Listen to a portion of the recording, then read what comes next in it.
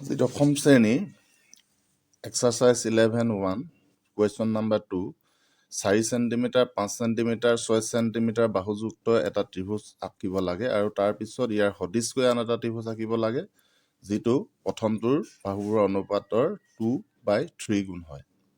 তো আমি এইটো অংকন কৰোঁ। বাহুবোৰৰ জোখ মই এবাৰ লিখি লৈছোঁ 4, 5 আৰু 6 চেণ্টিমিটাৰ আৰু 2/3 ইমান। প্ৰথমতে আমি মন গ'লে 6 চেণ্টিমিটাৰটোকে আগতে আঁকি লওঁ, অলপ দীঘল হ'ব। এয়া 6 চেণ্টিমিটাৰ, BC 6 চেণ্টিমিটাৰ ল'লোঁ আমি 6। তাৰপিছত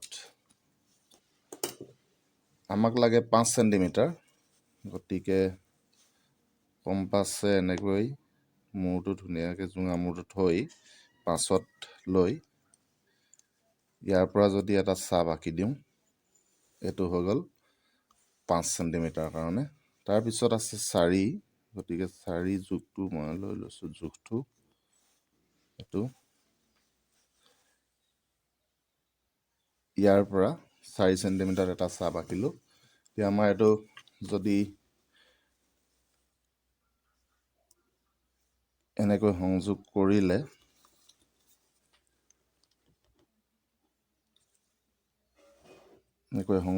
এইটো যদি এ বিন্দু নাম দি দিওঁ, এইটোৱে আমাৰ 5, 4, 6 চেণ্টিমিটাৰ বাহু বিশিষ্ট এটা ত্ৰিভুজ হৈ গ'ল।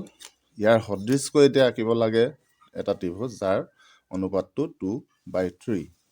তো এইফালে এডাল ৰশ্মি ল'ব লাগিব। আমি এইফালে এডাল ৰশ্মি লৈ লৈছোঁ বিৰ পৰা। তো ইয়াক সমানে আমি এই অনুপাতটো চাওঁ, যিহেতু ইয়াত 2/3 আছে, গতিকে 3টা ভাগ কৰিম। ইয়াৰ পৰা সমান সমানকৈ 1, 2, 3। এইকেইটাৰ নাম B1, B2, B3 দি দিলোঁ। B3ৰ পৰা শেষৰ বিন্দুটোৰ পৰা C লৈ সংযোগ কৰি দিলোঁ। ইয়াৰ যিহেতু ইয়াত 2 আছে, 2 থকাৰ কাৰণে আমি 1, 2 ইয়াৰ সমানকৈ এটা কোণ অংকন কৰিব লাগিব। সমান কোণ অংকন কৰিবলৈ হ'লে ইয়াৰ পৰা আমি এটা এনেকৈ চাপ মাৰিলোঁ, 2টা বাহু কটাকৈ। আকৌ ইয়াত লৈ ইয়াৰ পৰাও এটা চাপ মাৰি দিলোঁ। এতিয়া এইটো জোখ ল'ম কিমান আছে, সমান কোণ অংকন কৰিব লাগে।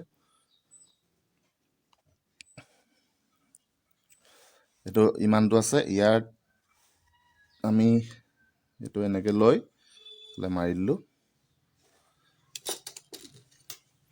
যদি আমি এতিয়া এইটো সংযোগ কৰোঁ এনেকৈ, এতিয়া এইডাল আৰু এইডাল সমান্তৰাল হ'ব, এই কোণটোৰ লগত এই কোণটো সমান আছে। এতিয়া আমি ইয়াতো ঠিক একে নিচিনাকৈ ইয়াৰ সমান এটা কোণ অংকন কৰিম।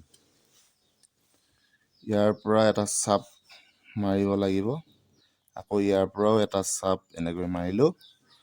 তাৰপিছত আমি এইডোখৰ জোখ ল'লোঁ, ইয়াৰ পৰা ইমানলৈকে আছে। আকৌ আমি ইয়াৰ পৰাও এনেকৈ চাপ এটা মাৰি দিলোঁ।